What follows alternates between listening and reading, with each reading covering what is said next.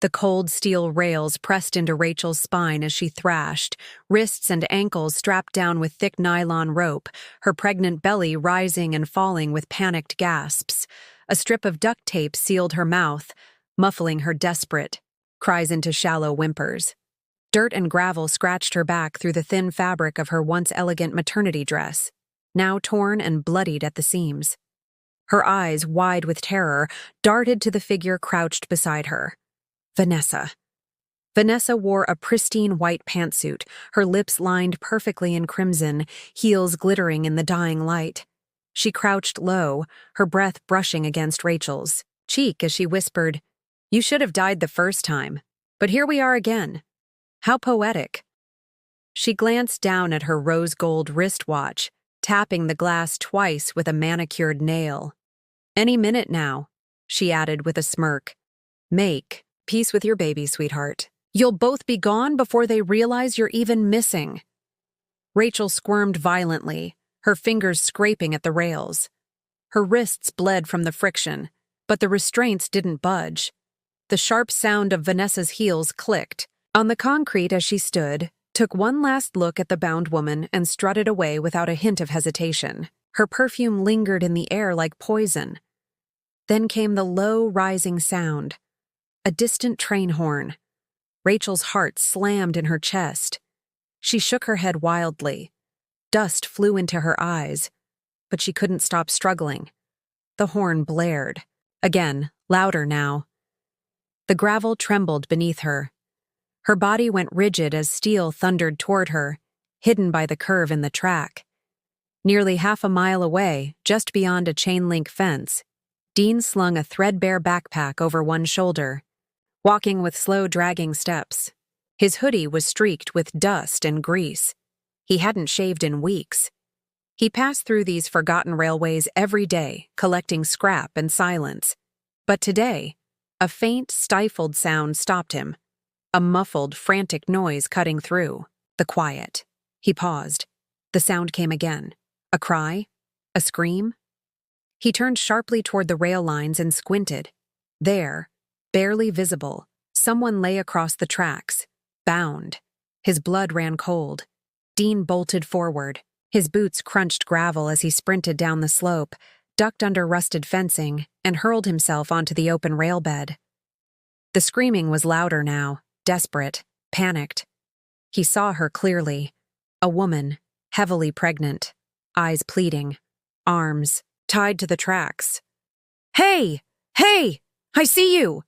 he shouted, but Rachel couldn't respond through the duct tape. Her legs kicked helplessly. Dean didn't wait. He dropped to his knees beside her and yanked a pocket knife from his boot. The first strap took too long. Thick nylon, reinforced with electrical tape. He slashed with trembling hands. The rumble grew louder. The train was visible now, a massive engine roaring from behind the curve, its lights flashing furiously. Come on, don't die on me," Dean muttered. The blade cut clean through the first restraint. He threw himself over Rachel, shielding her as he worked on the second. The train was maybe 20 seconds away. He heard its horn blare long and hard, saw the metal shimmer under the last light of day. He severed the final strap just as the train hit the straightaway. Dean scooped her up and rolled them off the tracks with a grunt. They tumbled into the ditch as the train barreled past with a scream of steel, wind whipping over them like a storm. Dust rose. Rachel gasped behind the tape, still frozen, her body in shock. Dean reached up and gently peeled it away from her mouth. Her first breath was a sob. "You're safe. You're okay," Dean said, voice low, trying not to scare her more. He checked her pulse, glanced at her stomach. "You're hurt. We need to move you." Rachel stared at him, unable to speak. Tears streaked her cheeks. She tried to say something, but her lips trembled too hard to form words. Her eyes rolled back and her head dropped against his chest. Dean caught her just before she collapsed. Completely. He shifted his weight, adjusted her so her belly wasn't pressed awkwardly, and stood with a grunt, carrying her in his arms. Behind them, the train vanished into the distance. Ahead, only darkness remained. Dean glanced down at the woman, bloodied, shaking, but alive, and turned toward the woods, disappearing into shadow with her cradled tightly in his arms. Before we dive deeper, don't forget to subscribe for more emotional, suspense-filled stories like this one. The first thing Rachel felt was pain. A dull, heavy ache in her side, her wrists, her throat. She blinked into a harsh white light, squinting through the fuzziness. Her mouth was dry, her lips cracked. A faint beep echoed somewhere near her head, steady and slow.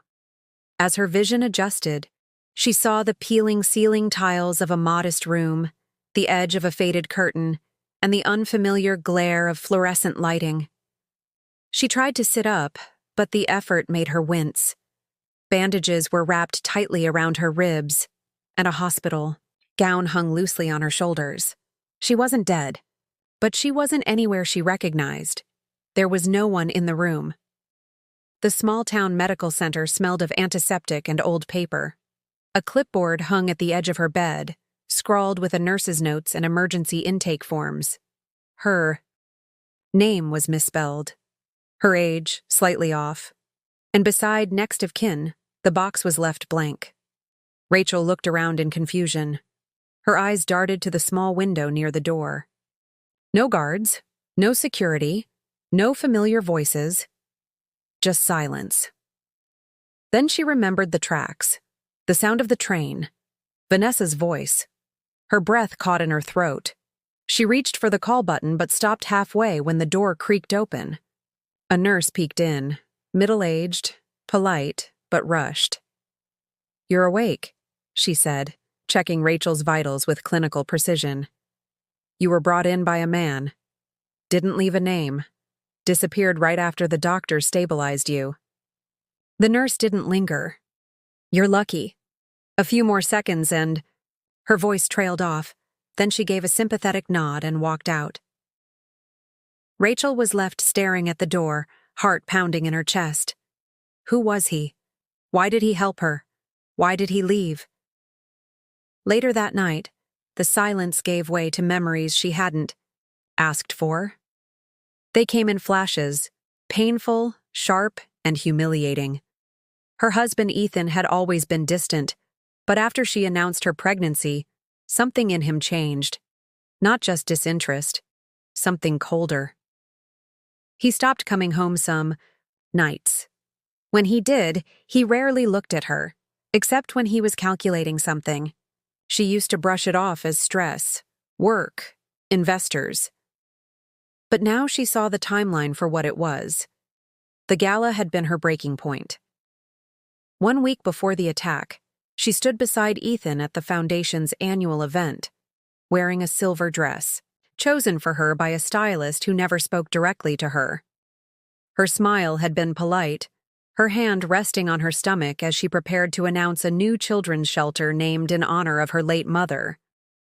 But before she could speak, Ethan took the stage, his arm wrapped casually around Vanessa. "This," he had said, "is the woman who saved my life." He paused as the cameras clicked. "My partner, my future." Rachel had stood frozen as the crowd murmured. Vanessa beamed beside him, her hand resting possessively on his chest. When Rachel stepped forward, Ethan turned the microphone off and leaned in just enough for her to hear. "Don't cause a scene. You're not well." She remembered walking off that stage with eyes following her like a stain on a white carpet. The next morning, news articles flooded social media. Rachel St. James, former art therapist, now estranged wife of billionaire Ethan St. James, was allegedly suffering from postpartum delusions, even though she hadn't given birth yet. Anonymous sources confirmed she had refused all medication. One source, clearly scripted, claimed she was a danger to herself and her unborn child. The PR campaign was clinical, brutal, and effective. Rachel tried to reach out, to friends, to her family.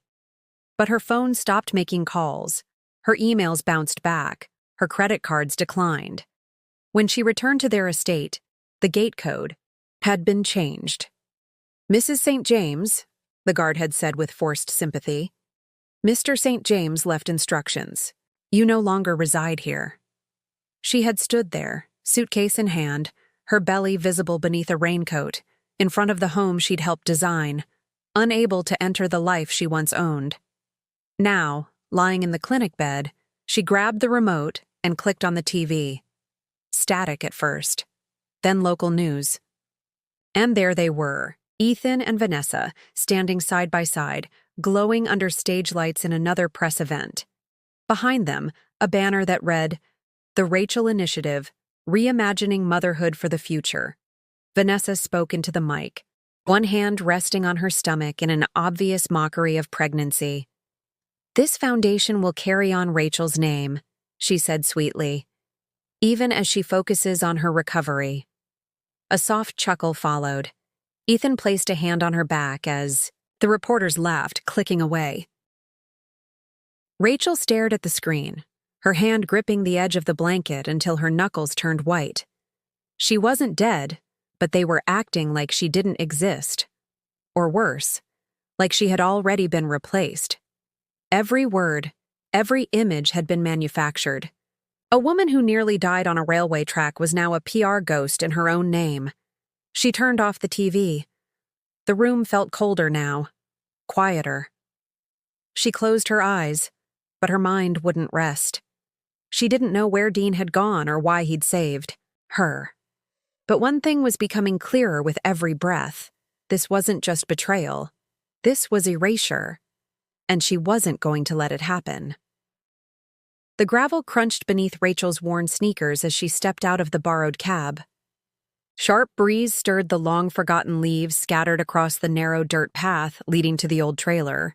It sat still and crooked on rusted wheels, facing a quiet lake like a tired guardian. The curtains were drawn tight. Moss grew over the sides.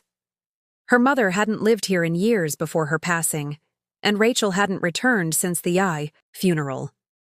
But now it was the only place she could go where no one would think to look for her. She pushed the door open. It groaned under her hand, resisting like it remembered the past and wanted none of the present. The air inside was thick with dust and mildew. Everything was exactly where it had been left. Old picture frames turned face down, a cracked ceramic, vase still holding dried stems, and a stack of unopened mail tied with string. Rachel moved slowly, every inch of her body aching, her belly heavier than ever. She found a blanket and wrapped it around herself before sinking onto the sunken sofa. Night came quickly, and with it silence. No machines, no reporters, no cameras. Just the creaking of the wooden floor and the soft lapping of water against the shore. She spent the next morning rummaging through drawers and cabinets, searching for anything useful. Behind a rusted kitchen panel, she found an old tin box with a broken lock. Inside were bundles of folded papers, brittle and yellowed, some in envelopes, others loose. She unfolded one, her marriage certificate, but the ink didn't look right. She turned it over. Attached was an amendment form, notarized and dated after her supposed breakdown. The signature read, Rachel M. St. James, but it wasn't. Hers. Her name had been forged to authorize the transfer of marital assets into Ethan's name. Further down in the stack was a trust deed. Her mother had set it up before her death, meant to transfer her property, savings, and a few heirlooms, solely to Rachel upon marriage. But it, too, had been altered. A small note was scribbled in red in the corner of the original copy. Ask Joanna if this holds up. Rachel stared at the name. Joanna. She flipped through the pile until she found a photograph. An old Polaroid, faded, of her mother with a young girl no older than 10. On the back, in shaky cursive, was a phone number and one line. Joanna, her sister. Rachel hesitated only for a moment before picking up the dusty landline mounted on the wall. Surprisingly, the dial tone was still alive. She punched in the number. It rang 3 times before a clipped voice answered. Joanna speaking. Rachel's voice trembled. I don't know if you know who I am, but my name is Rachel. I think we might be related. There was a long pause. Then Joanna spoke again, wary. Where did you get this number? I found it on a photo. My mother kept it hidden. Rachel steadied her voice. I'm in trouble. I don't know who else to trust. Another pause, then a sigh. Where are you? By late afternoon, a gray hatchback pulled up outside the trailer. A woman in her late 30s stepped out, trench coat wrapped tightly around her, notebook in hand. She looked like someone used to walking into hostile rooms. Joanna knocked once, then let herself in. She gave Rachel a long, assessing stare. You look like hell, she said bluntly. Sit. They sat across from each other, the air thick with unspoken questions. Rachel handed her the documents. Joanna flipped through them in silence. Her eyes narrowed at the forged signature. I've seen this before, she murmured. This same notary name came up in a case I investigated 5 years ago. A land trust, stolen from a disabled widow? The woman doing the paperwork? She flipped the page. Vanessa King. Rachel's breath caught. You know her? Joanna nodded slowly. She's gone by a dozen aliases, always targeting high-profile men, always erasing the woman before her. But this is bolder than anything I've seen. Rachel leaned forward. She tied me to a railroad track, left me for dead. Joanna raised an eyebrow but didn't question it. She'd heard stranger things. They spent the next few hours reviewing every document. Joanna pulled out her laptop and began tracing the notary's license number. Then the company listed on the amended trust. Everything pointed back to shell companies and fake foundations, all of them tied to Ethan's empire. Rachel stood by the window as the sun sank behind the trees, arms wrapped around her belly. For the first time in days, she felt less alone. But when she turned back toward Joanna, a shadow flickered past the window. She froze. There was a soft knock at the door.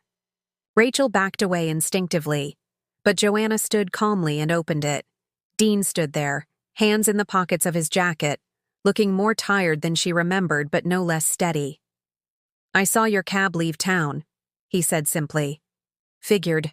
You'd end up here. You okay? Rachel blinked, unable to speak for a moment. You followed me? I just wanted to make sure you were safe. Joanna studied him. And you are?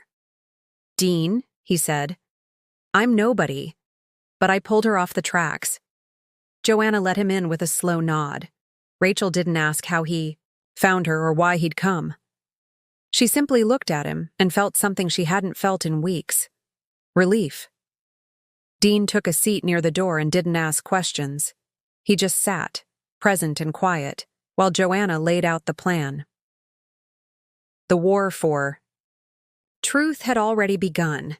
They just needed proof, and someone willing to drag it into the light. The clink of silverware and the hum of soft jazz filtered through the small-town diner as Rachel and Joanna sat in a corner booth, their backs to the wall, a folder spread open between them. Joanna tapped a highlighted name in an old employee database she had pulled from a secure drive. Here, St. Germain Medical Center, Vanessa King, registered nurse, burn trauma unit, hired 6 months before Charles St. James was admitted. Terminated 2 weeks after his death. Rachel stared at the document, her fingers twitching. Ethan told me his father died peacefully. Heart failure. He never mentioned burns. Joanna slid another sheet across the table. No autopsy was filed, but a surgical report was logged. Charles had third-degree burns over 40% of his chest and legs. The incident was never investigated. The waitress dropped off their coffee. Rachel barely touched hers. Joanna flipped to a marriage. Application filed in another state 10 years ago. Here's where it gets worse. Before Ethan married you, Vanessa filed for a marriage license with a Charles St. James. Same spelling, same birthday, same man. Rachel's stomach turned. She was engaged to his father. She was a nurse, then a fiancée, Then the inheritance disappeared. Joanna lowered her voice. The moment Charles died, Ethan's business exploded. Vanessa vanished for 2 years, and then suddenly reappears as your husband's mistress. Rachel looked down at the creased form, bile rising in her throat. So they've done this before.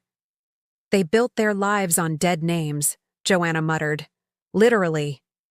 They left the diner with urgency, heading straight to a records office near the county hospital. Joanna had called in a favor with a former source, an old clerk who owed her a debt. Within an hour, they were led into a locked archive room under the condition that they leave no mess behind. Inside, Rachel sifted through file cabinets filled with unscanned patient records. Her hands moved mechanically until one name caught her eye. Rachel Morgan St. James. She yanked the folder out and flipped it open. Tucked inside was a photocopy of a prescription for a heavy sedative, dated 2 months prior, signed by a doctor she'd never seen. Joanna looked over her shoulder. You were being drugged. Rachel's breath caught. I never filled this. Joanna pulled a slip of paper from her own folder. This one was filled. In your name, monthly, sent directly to the estate. Rachel's voice dropped. But I never saw any pills. The pieces started falling too fast. Her memory gaps. The dizziness. The way her thoughts had become cloudy in the last trimester. She looked up at Joanna, voice trembling. I need to find Marla. Later that evening, Rachel stood at the edge of an old housing complex on the west side of town. Marla's apartment was small, clean, and silent when the door opened. The older woman stepped back in shock at the sight of her. Rachel, I didn't think you'd ever... Rachel walked in without waiting for permission. I need answers. Now. Marla wrung her hands, avoiding eye contact. I only did what I was told. I didn't know they'd go that far. You let them drug me. You gave them my mail, my medical records. You let her live in my house. I didn't know she was planning to hurt you, Marla whispered. Ethan paid me extra to monitor you, said you were unstable. I thought I was helping. You were helping her, Rachel snapped. While she was planning to kill me and take everything. Marla sat down, visibly shaken. They used me, like they use everyone. Rachel turned to leave, her body trembling. The pain started sharp and sudden, a deep cramp in her lower abdomen that made her knees buckle. Her hand shot to her stomach, and she gasped. Marla rushed to her side, panicked. Oh my God, are you in labor? The ride to the clinic was a blur. Joanna drove like a storm while Rachel clutched the door handle, sweat pouring down her face. The pain surged in waves, her breaths coming in short gasps. Nurses wheeled her into a delivery room, monitors clicking to life around her. It was early, too early, but the baby's heartbeat was steady. After an agonizing stretch of hours, the contractions slowed. The doctor reassured her. It's preterm labor, but we've stabilized you. You'll need to rest. Rachel lay there in the quiet room, eyes locked on the ceiling. Everything inside her felt shattered. Betrayal upon betrayal. No one to trust. No safe memory untouched. Her baby, not even born, had already been used as a pawn in someone else's game. Her hand rested gently on her belly as she whispered, "No more running. No more hiding." When she returned to the trailer, Dean was waiting by the porch, crouched on a cinder block, smoking a cigarette he didn't finish. She stepped toward him. "I nearly gave birth today." He stood, eyes softening. "I heard."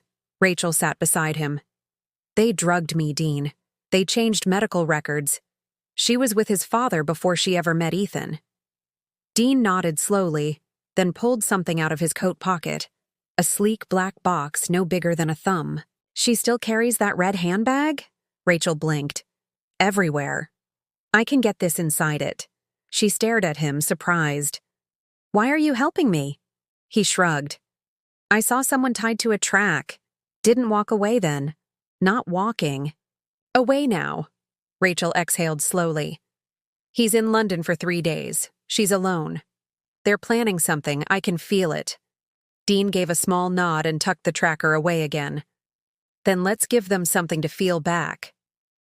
The shadows around the trailer thickened as the sun disappeared behind the trees. Inside, Joanna connected the burner laptop to a portable signal receiver. Rachel leaned against the wall, watching her reflection in the darkened glass of the window. Her face was thinner, her eyes harder. But she didn't look like prey anymore. She looked like someone preparing to burn down an empire.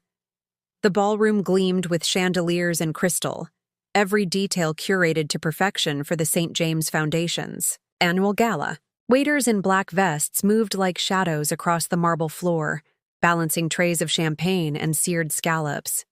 In the far corner, a jazz trio played soft, polished notes as donors and executives mingled with curated ease. No one noticed. The woman in the emerald gown stepping out from behind the velvet curtain. She walked with quiet confidence, her dark auburn hair styled in soft waves, her makeup sculpted to soften every trace of her old self. Her name tag read, Elena Rayner, Silent Partner, Monarch Holdings. No one questioned her presence. Rachel's heels made no sound as she crossed the room. She didn't flinch when Ethan passed by, shaking hands with a local senator. His laugh was the same, rehearsed and empty. Vanessa wasn't far behind, circling socialites like a polished serpent, draped in a black satin gown with a plunging neckline. And there, around her throat, sparkled the heirloom diamond necklace that once sat in Rachel's wedding jewelry box. Vanessa tilted her head in laughter, letting the jewels catch the light. Rachel stood still, observing from across the room, every inch of her body burning, not with rage, but with calculation. The past 2 weeks had been spent in shadows. Joanna had created new identities through a friend in the press circuit. Rachel had become Elena, a minor but influential investor from Miami, with just enough credibility and money on paper to warrant entry into high places. Dean had flown to Zurich and returned with the final signature needed to finalize Monarch Holdings as a shell trust. Through 6 silent transactions over 10 days, Rachel had bought 43% of Ethan's company. Another 9% was bought under a proxy name. No bells were rung, no alarms triggered. Ethan had never looked past the glamour of public power. He didn't see what was building underneath. At the gala, Rachel stayed near the periphery, always within earshot, always watching. She moved closer only when Vanessa drifted toward the silent auction tables, her laugh sharper, her ego louder. A thin red handbag dangled from her wrist, custom Italian leather, monogrammed. Dean had passed it through once already. Inside, beneath the inner lining, was a hidden lens and a voice-activated microphone. Rachel angled herself near enough to hear.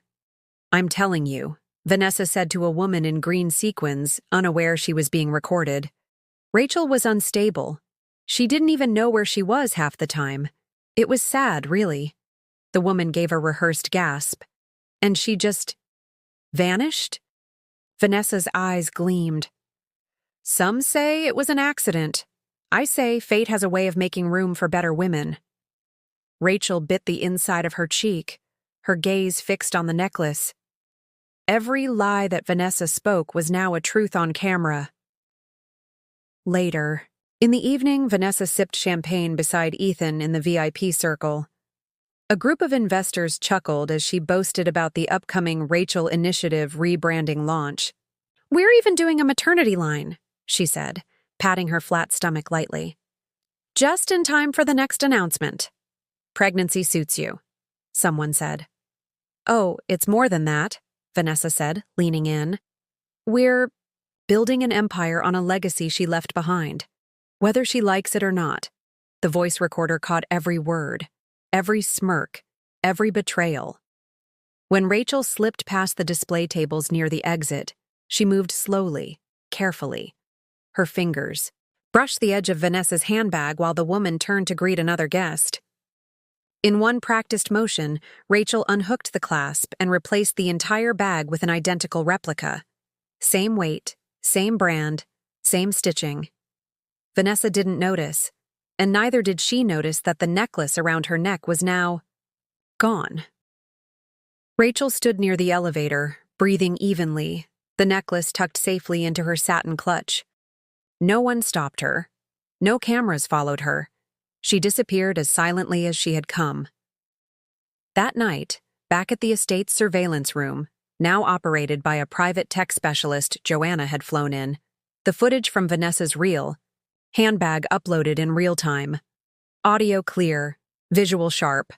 Her voice filled the room like poison. Of course we faked the pregnancy.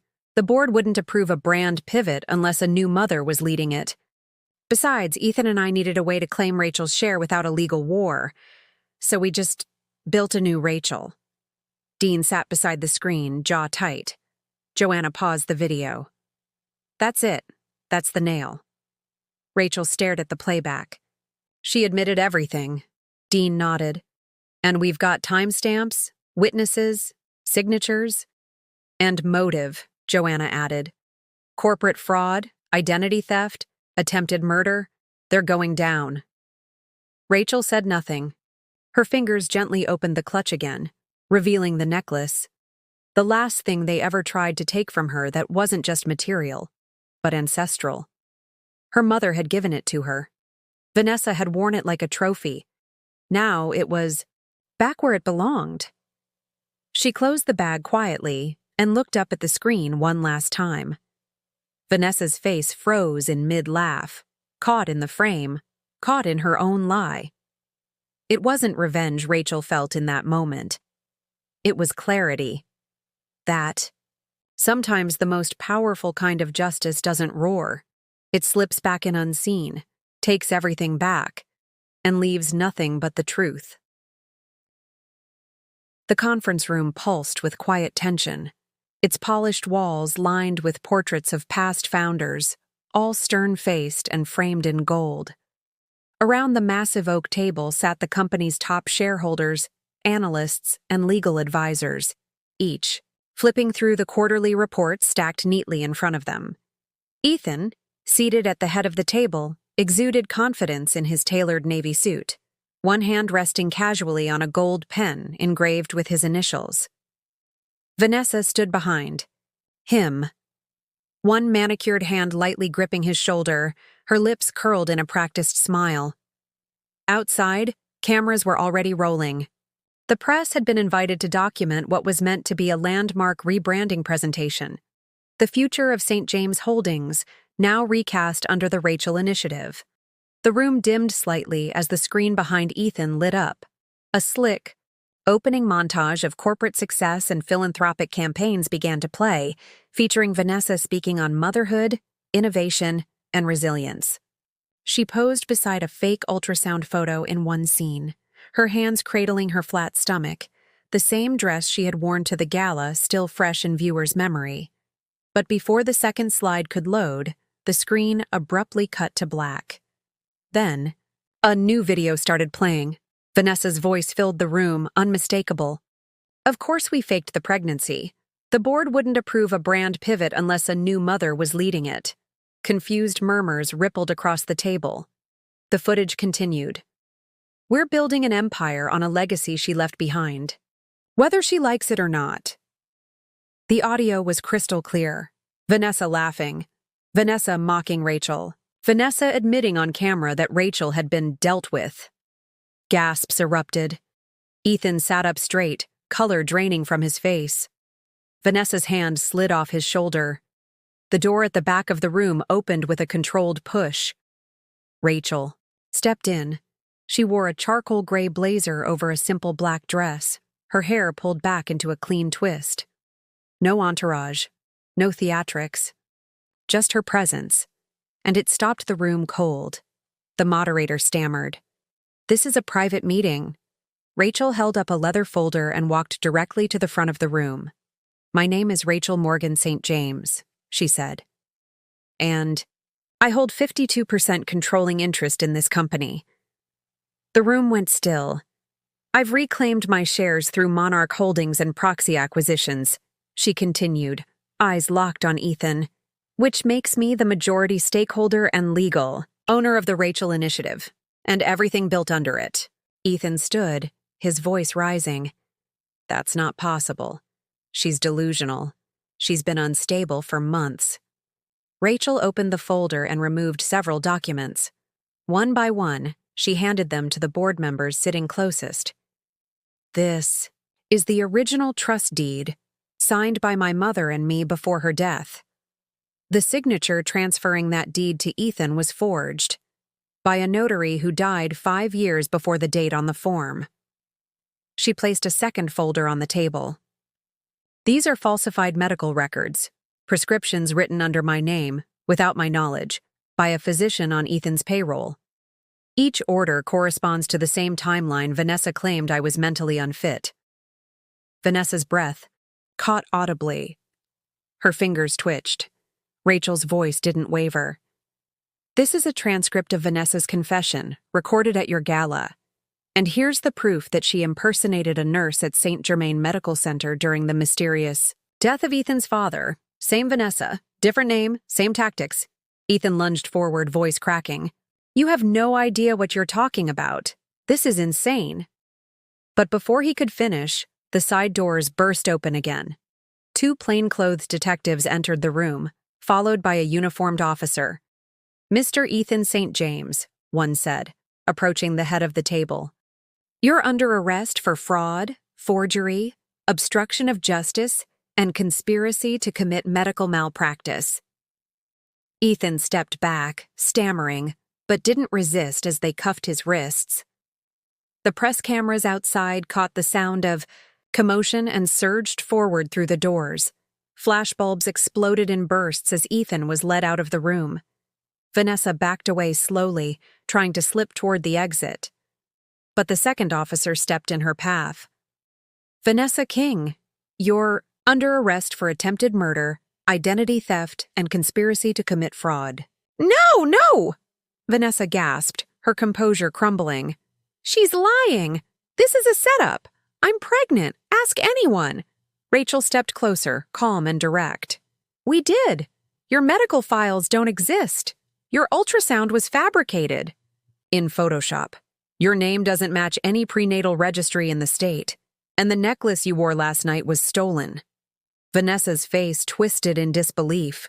The room, once silent with tension, now buzzed with disbelief, outrage, and panic. Several board members stood and moved toward the door. Others whispered frantically, clutching their phones. The press swarmed the entrance, shouting questions, flashing cameras, chasing the downfall of 2 powerful figures in real time. Rachel said nothing more. She picked up the folder, calmly placed it under her arm, and walked out through the back corridor. As she stepped into the sunlight, dozens of reporters turned, shouting her name, begging for a statement.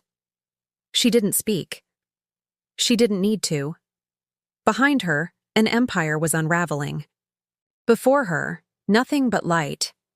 The air was alive with the sound of laughter, soft music, and the hushed voices of women mingling beneath white canopies set up across the gravel courtyard. What was once an abandoned railway station now stood transformed. The rusted tracks had been cleared, replaced with flower beds and walking paths. The old freight office had been restored with fresh paint, wide glass windows, and a new name stenciled above the door in bronze lettering. The Haven. This was no longer a place of near death, but of new beginnings. Rachel stood on the raised platform, a baby carrier snug against her chest. Her daughter slept soundly beneath a knit cap, one tiny hand peeking from the blanket. Rachel's eyes scanned the crowd.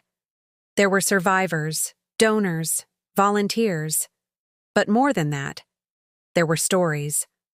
Behind every woman's quiet smile was a battle she had once been forced to fight alone.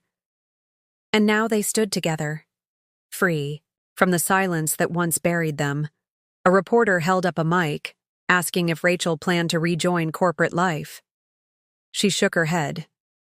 That chapter ended the day I walked out of that boardroom, she said, her voice firm but calm. "This is where I belong now." At the edge of the station, the old railway sign had been replaced with a polished plaque. The crowd gathered around as Rachel stepped forward, her heels steady on the wooden platform. She reached for the satin cloth covering it and pulled it away. The plaque read, "To every woman who was left on the tracks, you were never meant to die there." The applause that followed wasn't loud. It was deep. It carried weight. Some clapped with tears in their eyes. Others bowed their heads. Rachel didn't speak. She didn't need to. The metal glint of the words said everything. Vanessa had been sentenced 2 weeks earlier. Her plea deal had crumbled after multiple victims from her past came forward. She wept in court, but never apologized. She was now serving a 20-year sentence for attempted murder, fraud, and impersonation. No one sent flowers. Ethan's downfall was swift. His assets were frozen, and every document bearing his name had been legally amended. His presence had been wiped from the very walls he once called his legacy. Even his own legal team turned against him once the depth of his lies surfaced. Rachel hadn't attended the final sentencing. She had been in labor that night. Now, as she stepped off the platform and walked through the crowd, women reached out to touch her arm, offer a hug, or just share a look that said, "I understand." She smiled back at each of them, never pausing too long. Her daughter stirred, and she gently rocked the carrier with a practiced hand. Toward the back of the crowd, leaning against an old lamppost near the station gates, stood Dean. He wore the same beat-up jacket from the day he first pulled her off the tracks, though now his face was clean-shaven and his stance less guarded. He didn't move toward her, didn't wave. He just watched. Rachel saw him, paused, then walked toward him without a word. She stopped just a few feet away. "You disappeared again?" she said. He shrugged lightly. "Didn't think you needed me anymore." She looked down at her daughter, then back at him. "That's where you're wrong." He blinked. She gestured to the garden path behind the station. "Come walk with us." He hesitated, then pushed off the post and fell into step beside her. No grand reunion, no dramatic music, just two people walking away from wreckage, toward something that didn't need to be defined. As they passed the final stretch of restored track, Rachel looked up at the clouds moving slowly across the sky. She didn't think of Ethan. She didn't think of Vanessa. She thought only of the women now housed in the shelter behind her, the ones who had once been told their voices didn't matter, their stories didn't count. She thought of the night she was left to die and the strangers who made sure she didn't. She tightened her grip on the baby carrier and walked ahead. They left her on the tracks to die, but she built a railroad to freedom. If this story moved you, hit subscribe and stay with us for more.